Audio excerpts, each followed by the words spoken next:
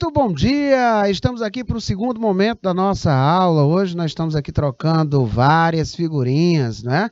Quero agradecer aí para o Polo, né? Ficou em evidência na participação. No caso, tivemos dois, o Polo lá de João Costa e tivemos também o pessoal de Isaías Coelho.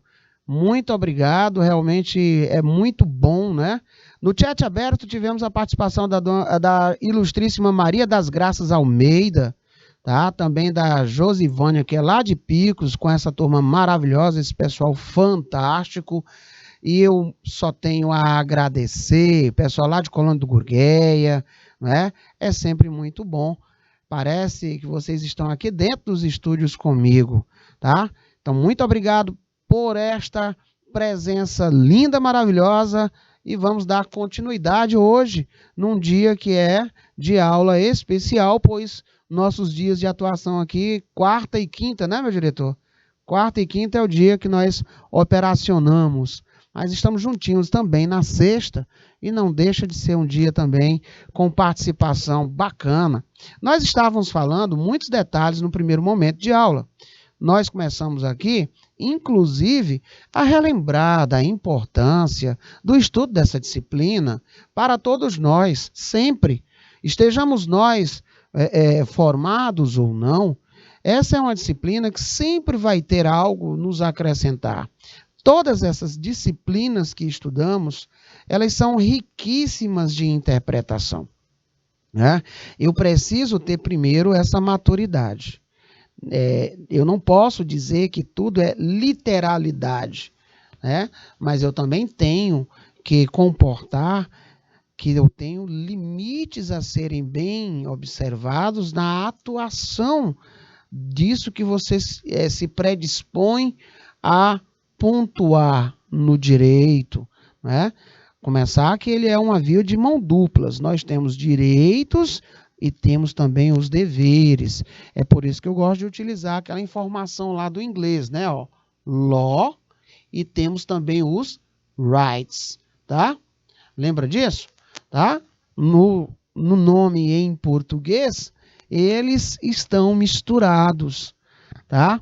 Mas no inglês, nós conseguimos sim, né? Nós temos law, que é lei, e right, que é direito, tá? Ó, lei e right, né?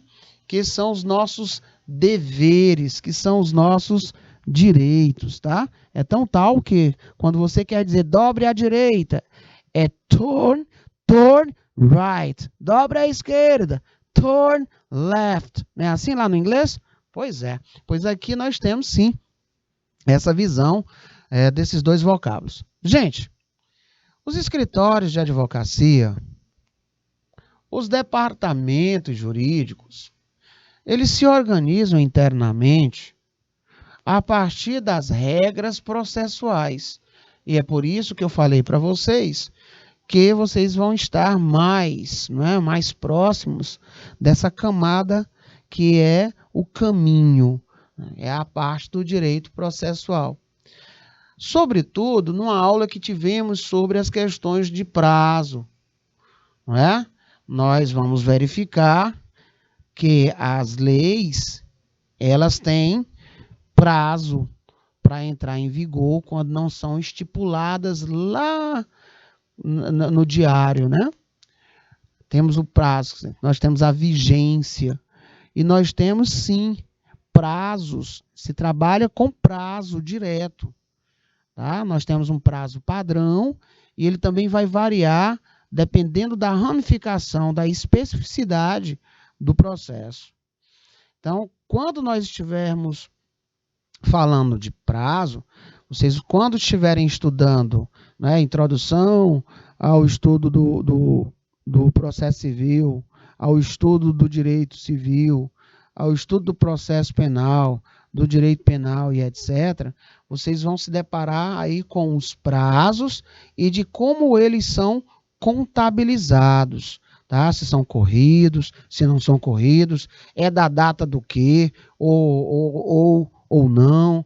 Isso tudo está codificado, mas você também vai ter que ter esse conhecimento, né, para que possa estar observando os prazos a serem cumpridos. Então, os prazos para propor ou responder às medidas jurídicas, portanto, a parte técnica em serviços jurídicos, mais ligada à faculdade de direito, são as noções de direito processual.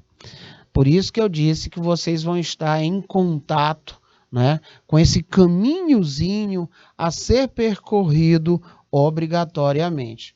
Aí, quando eu disse para vocês que as funções de advogado, elas não podem ser assumidas pelos técnicos, tá? Por quê? Porque nós temos isso codificado, tá? Ó. Outra diferença importante é que as funções do advogado não podem ser transferidas para outras pessoas, mesmo se o contratante quiser fazer isso. Por exemplo, se você é um bom técnico em administração, a lei não impede que você se torne o gerente, tá? Já a direção do departamento jurídico tem previsibilidade para que isso aconteça, tá? Direção do departamento jurídico tem previsibilidade para que isso aconteça. Nesses casos específicos, somente o advogado ele pode estar à frente. As funções de advogados, eles estão lá no Estatuto da OAB, né? Artigo 1º, ele diz que são atividades privativas de advocacia, postulação a qualquer órgão. É aquele que você vai ter o patrocínio, né? É aquele que você vai chegar para qualquer órgão ou juiz e vai fazer um pedido em prol daquele que demanda a observação de uma questão predisposta em lide. A qualquer órgão do Poder Judiciário e aos juízes especiais. Também é privativa da advocacia atividades de consultoria, assessoria e direção jurídica. Por que que isso acontece? Porque tem uma prerrogativa, porque tem um positivado, tem um direito posto que observa e regula essas ações. Certo até aqui? O que faz o técnico de serviços jurídicos? Nós vimos que ele é o profissional que atua diretamente na rotina de escritórios de advocacia e demais organizações que dispõem de setor ou departamento jurídico, dando suporte e apoio técnico administrativo ao profissional do direito. Então, não é pouca coisa não, gente, é muito trabalho, tá? Você tem que estar muito antenado, você tem que estar muito credenciado. E aqui nós começamos a reverter a importância de se estudar, né, essas disciplinas do direito. Óbvio, para você não se sentir um peixe fora d'água. De que serventia teria um profissional para assessorar lá no escritório, etc., se eu digo, olha, eu preciso urgentemente de que você me faça uma observação, procure ali e verifique em que instância está o processo tal, assim dos anzóis, que eu vou ter uma reunião agora aqui com esses clientes, e aí eu quero que você me faça o levantamento. E observe se já foi deferido ou indeferido aquela outra questão que nós fizemos lá, o peticionamento ou o recurso. Ah, sim, e não esqueça de verificar o que é que se deu lá naquela apelação. Aí você diz, hã? O que foi isso? O que é isso? Entende? Então, começa por essas bases que tem aí um participar nas mais outras variadas especificidades ramificadas do direito e que começam aqui na base. Então, por um exemplo, vamos relembrar. Se lá na prova, e agora eu estou falando para vocês, meus ilustríssimos que vão fazer uma prova, tá? Eu tenho o que é direito, ou questão para marcar, ou questão para responder.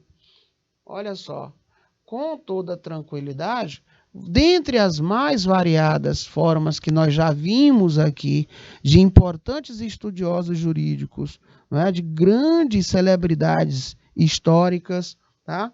Eles têm uma visão diferenciada, não é? Na sua parte de conceituar, de definir. Mas a essência é a mesma. Eles sempre vão procurar dizer que o direito ele é um conjunto de normas, que o direito ele regula através desse conjunto normativo a conduta humana em sociedade. E em se tratando disso, o direito, sendo esse conjunto de normas reguladora dessa conduta humana em sociedade, né, nós temos que analisar o conceito e a classificação das normas jurídicas para que possamos eleger a sua essencialidade, que foi outro estudo nosso, recente, normas jurídicas. Nós vimos o que são as normas jurídicas, nós vimos a classificação, nós vimos a importância de estudar cada uma delas. Então, ó, lá na sua prova tivesse conceitue, defina e etc. direito, você iria começar por aí, dizendo que é um conjunto de normas que regulam a conduta humana em sociedade. Certinho? Um exemplo bem acessível, né? O que é norma jurídica? Ah, professor, não lembro não, vamos lá. Relembrando a importância. Para esse cidadão aqui, que tratou do kantismo, não é? Ele diz que norma jurídica nada mais é do que um juízo hipotético. Ixi, professor, foi lá para muito tempo, né? Aí ele diz que encontramos a origem da distinção de imperativo categórico do hipotético. Ele diz que o imperativo categórico e o hipotético ele pode ser primorosamente verificado da seguinte maneira. O primeiro, ele impõe dever sem qualquer condição. É a norma moral. Na aula de ontem, nós vimos as diferenças entre essas questões inerentes a direito e moral, né? Nós vimos as questões que são tratadas de interior e exterior. Tá? Enquanto que nós temos a questão do imperativo categórico para o hipotético, é que o hipotético ele é condicional. O categórico ordena por ser necessário, enquanto que o hipotético, a conduta imposta, é meio para uma finalidade. Assim, o imperativo hipotético ele estabelece a condição para a produção de um determinado efeito. Ufa, professor, mas isso aí é uma tremenda viagem. Por isso que nós trouxemos um outro que eu vejo que ele é mais aqui amiguinho nosso, né? O Kelsen. O Kelsen ele retomou essa distinção considerando a norma jurídica juízo hipotético por dependerem as suas consequências da ocorrência de uma condição. Aí ele fala o seguinte, olha que máximo, se ocorrer tal fato, deve ser aplicada uma sanção. Então, conclui Kelsen que a estrutura da norma jurídica é a seguinte. Determinadas circunstâncias, determinado sujeito deve observar determinada conduta. E, professor, e se ele não observar? Bom, se ele não observar, outro sujeito, que é aquele quem pode, não é, através do seu poder coercível, aplicar àquele delinquente a sanção. Sanção essa que pode ser multa, sanção essa que pode ser uma detenção, sanção essa que pode ser prisão, em alguns países até a pena de morte, tá? Então, que foi mais legalzinho. E, professor, eu lembro do nome desse homem aí, Kelsen, com certeza. Você vai lembrá-lo em vários outros momentos de quem se predispõe a estudar, né, o direito, né, de quem se predispõe a estudar esta área. Ele deixou heranças frondosas e que estão no nosso meio até os dias de hoje. Em vários momentos você vai ter essa visão, né, muito primorosa do entendimento kelsiano. A própria predisposição piramidal da hierarquia das leis, você vai lembrar sim. Procura aí depois no seu buscador, usando a internet, coloca assim, né, teoria piramidal de Kelsen. Aí você aperta em imagem. Você vai ver o que é essa predisposição que nós vimos lá nos mais variados artigos. Citamos inclusive o artigo 59 da CF, né? O artigo 59 da Constituição Federal. Gente, a introdução ao estudo do direito, ela propicia isso. Essa visão global de todo o conteúdo existente na área do direito. E essa visão, certamente, ela nunca poderia ser obtida através do estudo isolado de certas disciplinas. E isso é óbvio. Se você está trabalhando isoladamente, é porque só pertence àquele ramo. Mas dentro daquele ramo específico, tem noções, tem conceituações, definições, que elas são comuns em todas as outras ramificações. E aí entra a importância da introdução ao estudo do direito e entra a importância para quem é do curso superior, para quem é o técnico, porque tem que ter esta base propedêutica. Os conceitos específicos a cada ramo do direito não são objeto da disciplina em questão, restando clara a certeza de que apenas conceitos ditos comuns é que serão estudados.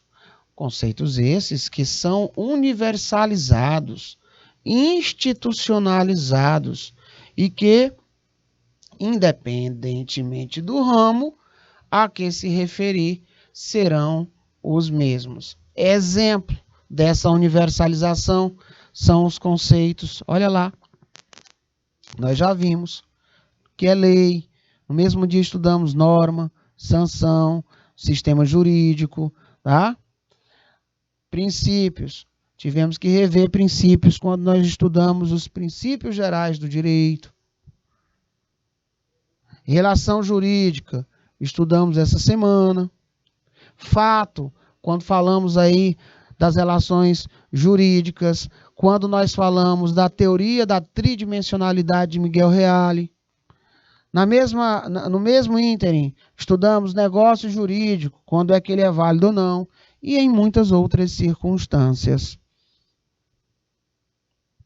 Os principais objetos dessa disciplina, senhores, conta com a amplitude de conceitos pertinentes à área, visão global do grande sistema existente dentro do direito e noções genéricas da prática jurídica. Olha a importância do estudo do direito para quem se propõe a trabalhar com a área técnicos, serviços jurídicos. A introdução ao estudo do direito, ela vai propiciar uma adaptação ao mundo jurídico, de forma a conciliar os conhecimentos por ele já sabidos com outros que acaba de se deparar. Importante papel também reside na simplificação de conceitos e situações inusitadas que poderiam trazer, gente, certas dificuldades na compreensão, tá? E formação de uma identidade e consciência jurídica. As bases de um raciocínio jurídico são construídas nesse estágio. Você consegue ir juntando ponto a ponto. Vamos lá, gente. Acordem. Cadê vocês? Noções elementares do direito. Vamos relembrar aqui algumas coisinhas bacanas. Vamos lá? O que é direito mesmo? Olha aí. Conceituar, gente, é diferenciar o objeto de outros ao seu redor. Então, você também poderia dizer: direito é um fato social, só existe em sociedade. Olha novamente, olha que legal. Terminamos de ver, né? Ó, perguntinha se fosse de prova. Direito é o conjunto de normas estabelecidas pelo poder público através do seu legislativo, né? Que impõe regras, né? Que é coercível, né? Regulam a vida, vida social de um povo numa determinada época. O direito, ele tutela, está sob, né? Ele coloca lá sobre o seu manto sagrado o comportamento de nós humanos. E as normas jurídicas surgem quando se busca a garantia do bom convívio social. Para isso nós falamos, sabe? Nós falamos, sabe de quê, gente? Nós falamos por um exemplo. Vamos lá. Eu falei daquela festa. Lembra que eu disse que sextou? Aí eu chego lá na minha casa, coloquei um reguezão a toda altura, lá no 120. Ó, e tu, ó, dançando lá, tô dentro de casa, eu posso tudo. Eu posso tudo desde que não interfira no direito de outras pessoas, né? Eu posso tudo a partir do momento que eu tenho uma manutenção da paz da coletividade.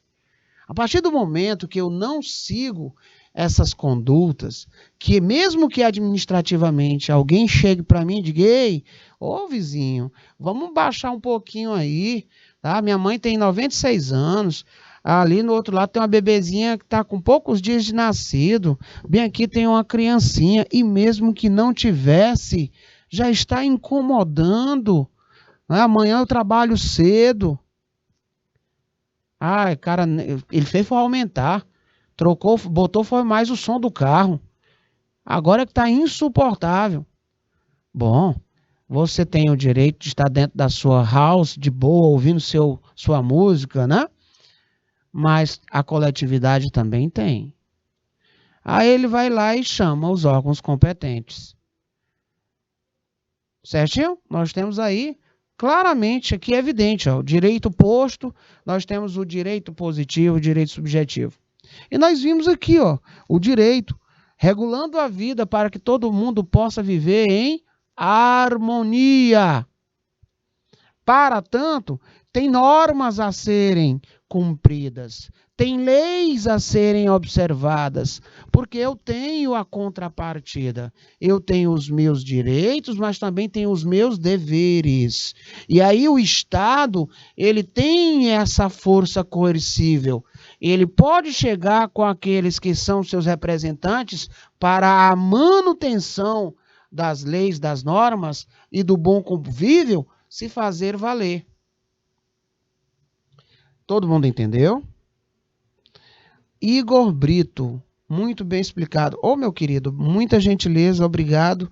Eu me esforço para deixar algo bem fluido, bem tranquilo, tá? E a gente aqui dispensa muito do juridiquês, da linguagem rebuscada ou do vernáculo, que é para se fazer entender. E eu acho que esse é o critério maior, né? Eu tenho que me fazer entender. Obrigado, viu, querido? Um salve aí para o Igor Brito. E, professor, eu não lembro mais o que é esse negócio ali, não, ó. Bora lembrar.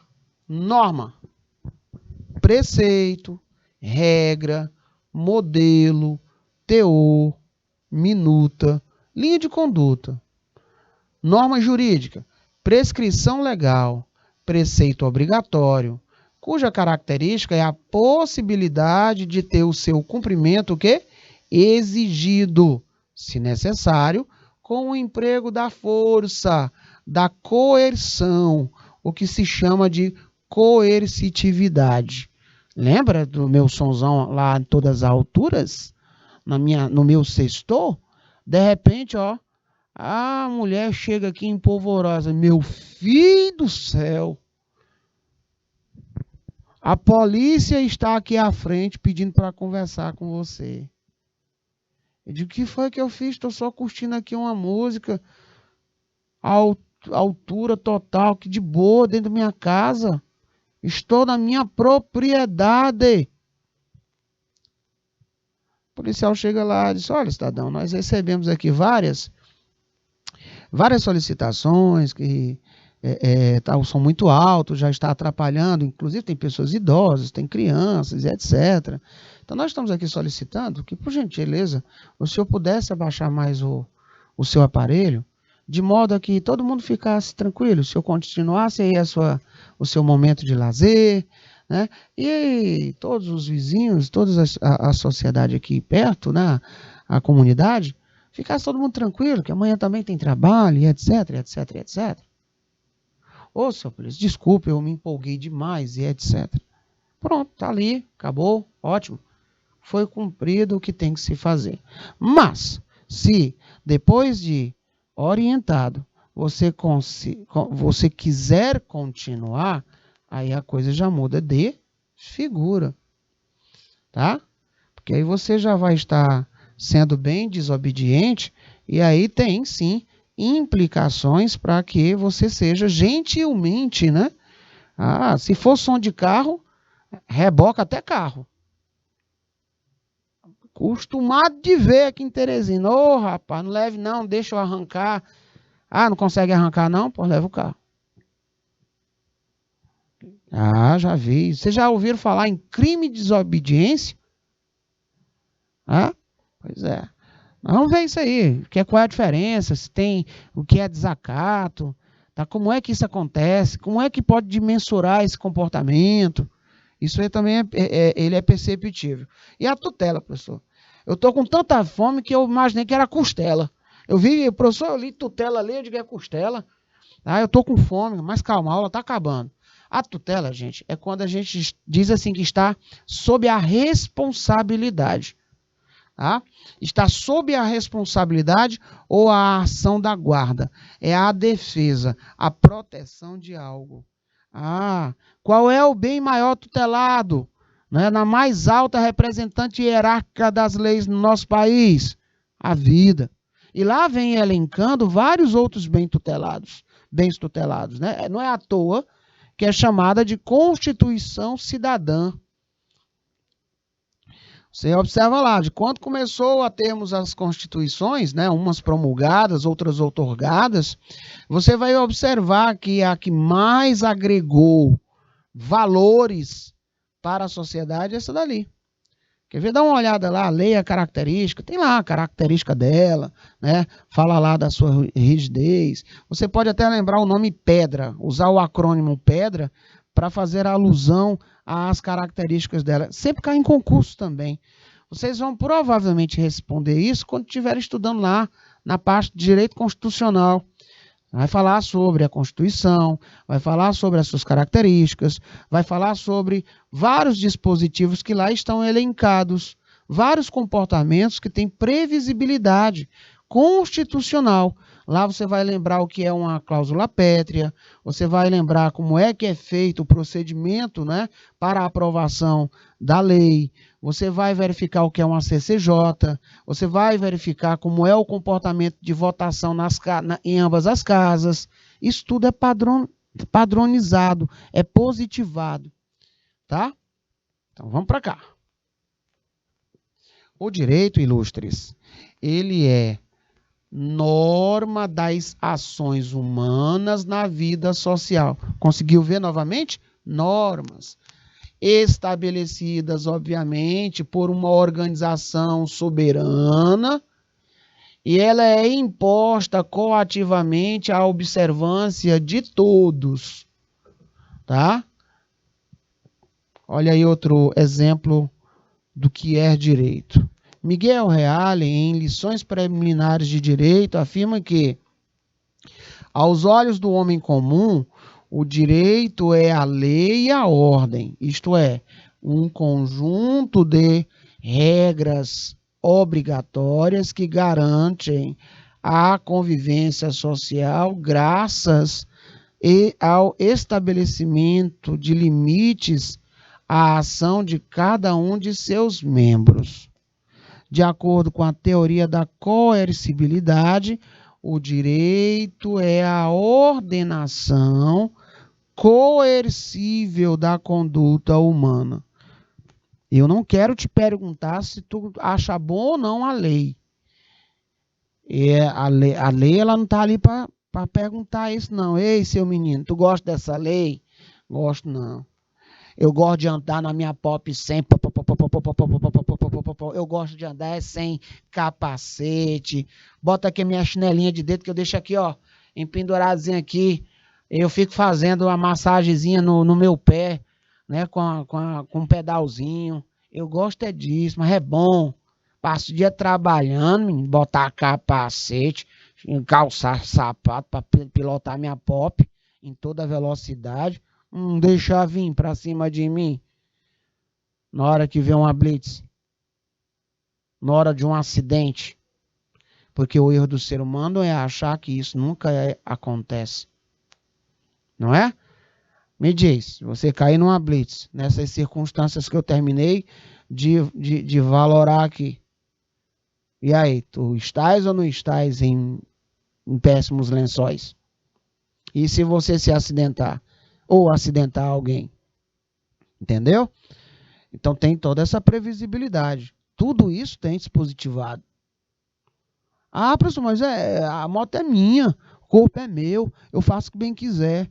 Não, não é por aí o caminho, não. Se você fizer, por conta e risco.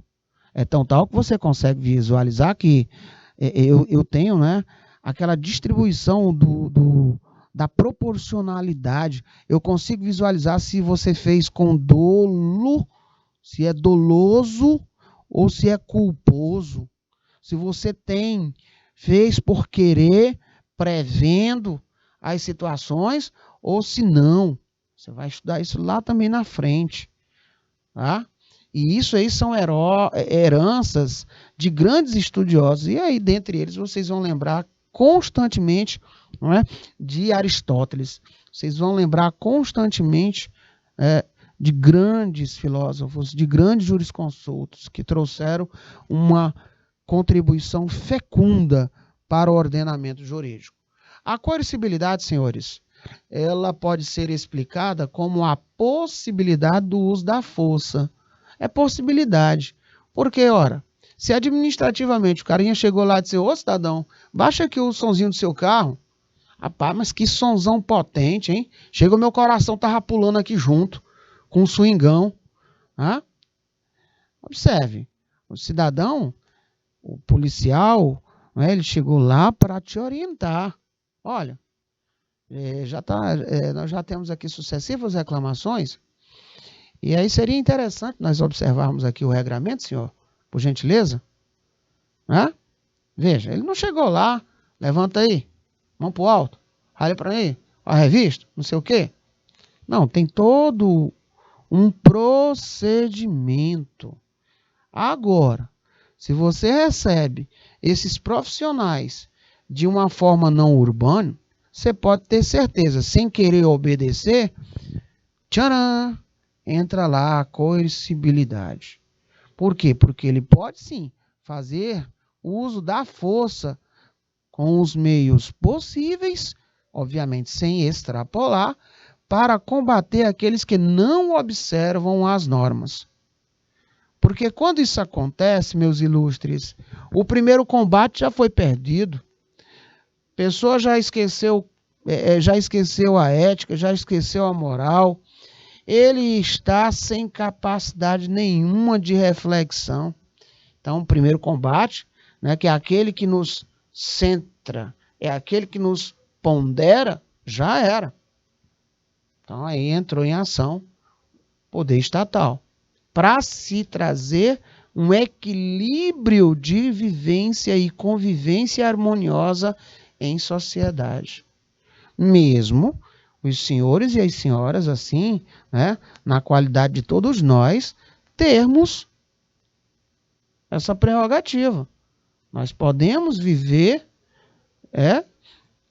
no livre-arbítrio, desde que não interfira na paz, na boa convivência e não traga prejuízos dos mais variados possíveis para ninguém.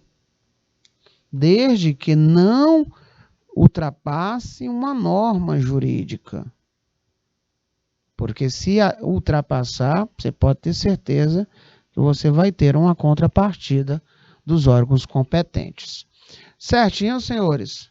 Vamos aqui, etimologia nós já vimos, latim vem do directus, reto, correto do latim é o correctus, retificação do latim é oreficácio e regra do latim regular, também deu origem à régua. Do latim iuris, que é o justo, né? Justiça no latim, que é iurtitia, e jurisprudência do latim, que é iurisprudentia. Olha aí, os nomes são bonitos, né? Professor, eu vou usar isso para frente. Muito bem. Então, quando surge o direito? A partir da necessidade, onde nós vislumbramos, né, a questão das relações em sociedade. Nós vimos há pouco que o direito existe da relação em sociedade. Ele é ferramenta para previsibilidade de conduta social, trazendo aí a paz, né, e a manutenção da segurança jurídica do bem conviver. Para cá, ao longo do tempo, foi observado não ser possível uma convivência ordenada sem o direito, onde a sociedade somente poderia existir em função do mesmo. Assim como o direito só poderia existir em virtude da sociedade, ubi societas ibi ius. Então, a sociedade está para o direito, assim como o direito está para a sociedade. Então, podemos concluir isso, que o direito ele surge quando surgem as relações humanas, ou seja, quando surge a sociedade, surge a necessidade da criação de regras, de limites, para que haja sã e pacífica convivência de todos, sendo impossível dizer que existe direito para um único homem. Nós não temos o direito de um homem só. Se eu não tenho não vou me relacionar de alguma maneira, né, em conviver com outrem, eu não tenho. Eu vou elencar um direito contra mim mesmo. Eu vou me processar por isso. A linha de raciocínio, ela é esta. E só para nós deixarmos claros, esse parte do latim diz que onde está a sociedade, aí está o direito. Essa expressão ela é usada para indicar que onde houver uma sociedade, há também o direito. Tá? Essa expressão, você também vai, ubi homo ibi societas ibi ius. Onde há homem, há sociedade, e onde há sociedade, há o direito. Essa daí, então nós já sabemos claramente para que serve o direito. Né? O direito, ele tem essa missão. Tá? O direito, ainda que em estágio rudimentar, senhores, ele regulava, desde aquele nascedouro, as relações humanas. E que os homens, obrigados ao convívio, labutando uns ao lado dos outros, carecem de certas regras de conduta, claro, tá? De um mínimo de ordem e direção. Essas regras de procedimento, tá? Regras de procedimento disciplinadoras na vida em sociedade, recebem o nome de direito. Perfeito? A finalidade do direito se resume em regular as relações humanas, a fim de que haja paz e prosperidade, assim que haja paz e prosperidade no seio social. impedindo a desordem ou o crime. Sem o direito, estaria a sociedade em constante processo de contestação, onde a lei do mais forte imperaria sempre, num verdadeiro caos, tá? Aí ele evita também a autotutela. Olha quão bom é. Ah, tem muito processo, professor. Tem. Mas já imaginou quantas mortes, né? Quantas contendas, quantas coisas não foram evitadas, né? Por essa questão do olhar técnico, do olhar do direito, né? Na vida das pessoas? Nós também temos que ver isso, né? Quanto se evitou de tragédia, quantas pessoas se tornaram até amigas, ou saíram de casa e disseram, vou me separar hoje, e voltaram mais casadas ainda. Eu conheço casos aqui que as pessoas saíram brigadas e já não viviam tanto, chegaram lá para falar sobre a questão da separação, e aí depois de uma conversa, né, muito bacana entre partes, rapaz, foi uma choradeira danada, e a gente tem que ficar ali, ó, duro na queda. E de repente as pessoas já estavam ali se beijando, pediram desculpas. Meu diretor voltaram para casa mais casados do que nunca, estão juntos até hoje. Então olha só como é bom, não é? E o direito ele tem esse poder. Vamos lá para um momento de responder questões, meu diretor? Vamos lá? Respondemos várias aí no início da aula, né? Nós vamos agora equalizar com esses últimos momentos aí, e resolução da hora do praticar. Sempre é assim, viu, gente? A gente responde no início da aula, no meio da aula e no final da aula nós temos mais questões. Vamos dar uma praticada aí. E já deixa engatilhado aí, meu diretor, 1 minutinho para o raciocínio de questão. Bom, dentro do que foi falado, olha essa questão e olha o que você ouviu e depreendeu da aula. Qual seria a melhor resposta? 1 minuto na tela.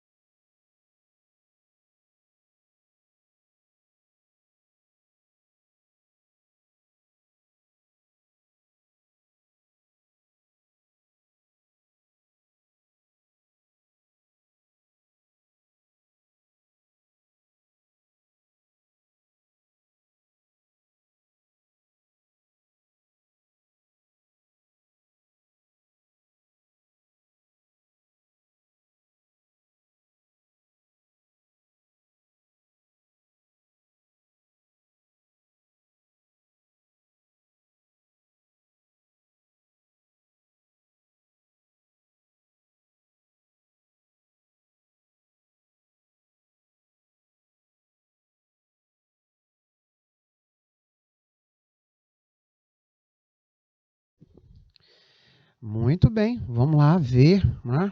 Ó, das assertivas abaixo, a que melhor conceitua o direito.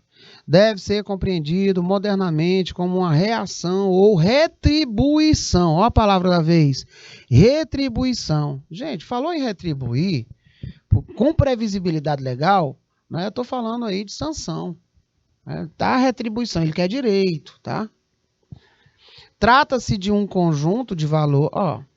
Conjunto de valores, normas, certo? Conjunto de valores, normas, isso aí não tem nada a ver. Já está lá no campo, ó, valores, normas, noções, certo e errado, proibido e não permitido. Está lá no campo da moral. Um conjunto de regras que não possui o tipo de unidade que entendemos por sistema. Ó, o conjunto de regras. Aí temos aí a visão de Hans Kelsen. Né? Mas eu consigo visualizar conjunto de normas executáveis coercitivamente, reconhecidas ou estabelecidas e aplicadas por órgão institucionalidade. É essa daí, tá? É essa daí, fica Paulo Dourado de Guzmão, ele falou absolutamente tudo. Bom, olha aqui, já estou mais do que dizendo que tem uma questão dessa em prova, ó. Pode-se destacar a finalidade do direito como sendo... Vamos deixar aí um minutinho na tela, por gentileza.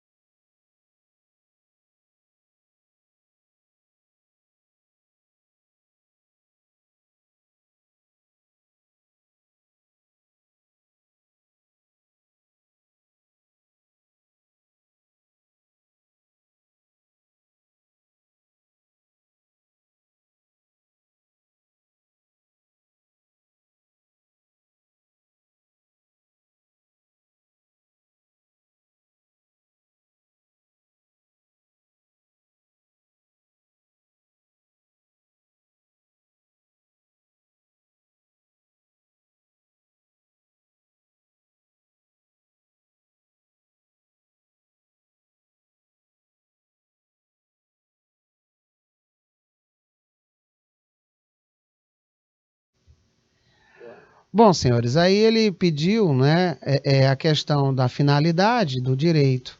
Se nós observarmos, tem uma que não é a finalidade de uma sanção jurídica. Ah, então, olha, se você disse que é a primeira, ficou tranquilo, vamos aqui ver comigo. Se resume em, regular as relações humanas, a fim de que haja paz e prosperidade no ser social, impedindo a desordem ou crime. Bacana. Mas olha aqui na própria leitura, ó. Sem o direito, tá? Estaria a sociedade em constante processo de contestação, onde a lei, professor, não acredito não que tem esse nome bem aí. Exato, tá? Então, ó, sua principal função é coagir os sujeitos a se comportarem da forma por ela esperada. Tem por objetivo principal a ordem e a paz social e internacional. Aí nós estamos falando de norma jurídica, né?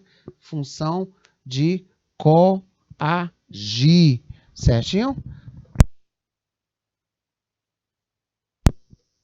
Ah, professor, eu posso ter uma questão dessa perguntando o que é lei, tá? Nós já trabalhamos inúmeros, né, modelos de respostas envolvendo aí o que é lei, sanção jurídica, norma jurídica, o que é direito, tá? Esses aí não podem faltar. O que é jurisprudência, o que é súmula, o que é uma súmula vinculante, isso não pode faltar de jeito nenhum, tá? Vamos mais. Considerando os conceitos do direito, julgo os itens que seguem. Um minuto na tela.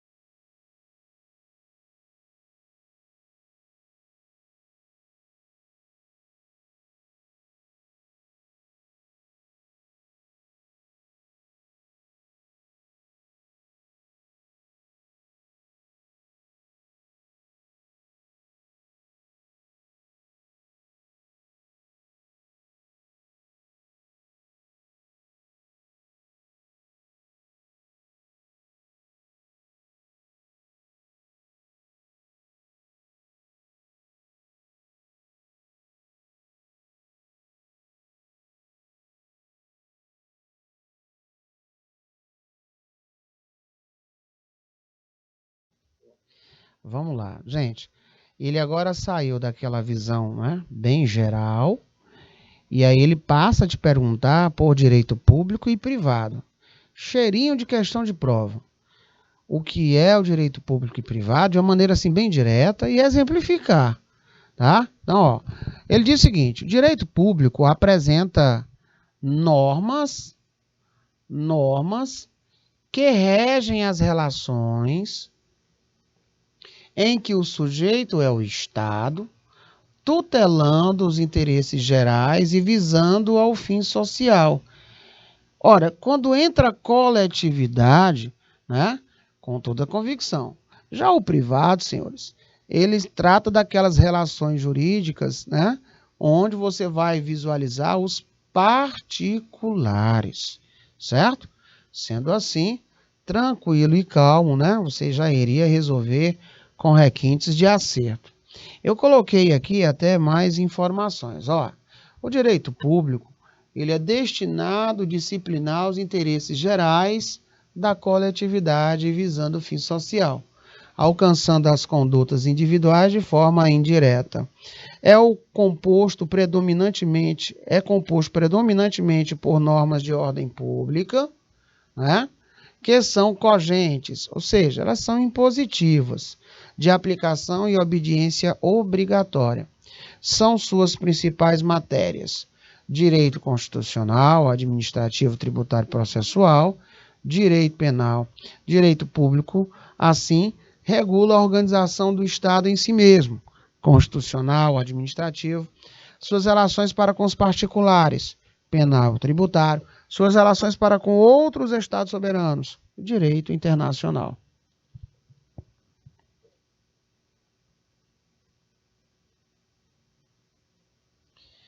A ética é um conjunto de regras. Ó, falou em conjunto de regras específicas, né?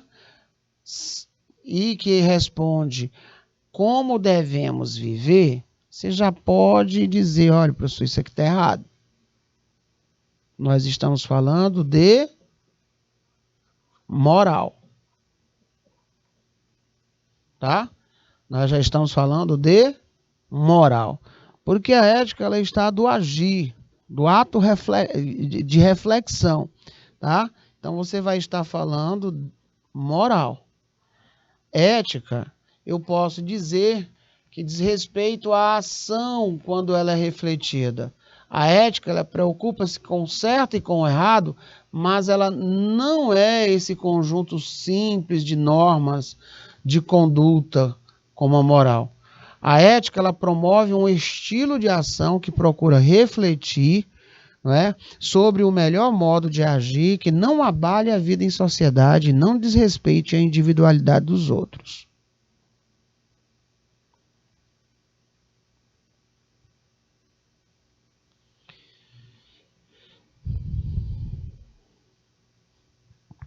Vamos deixar um minutinho agora na tela, que essa é um pouco maior.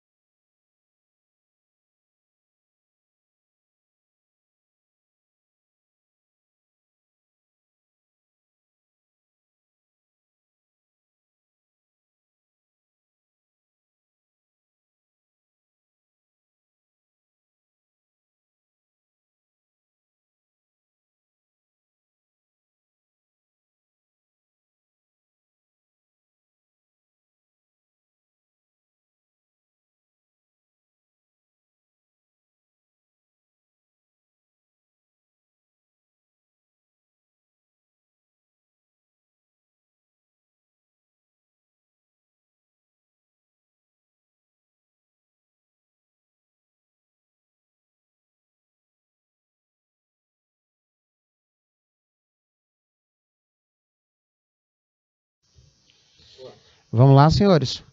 Ao explicar as características fundamentais da escola... aquele já está te receitando aqui, olha, lembre-se da escola da exegese.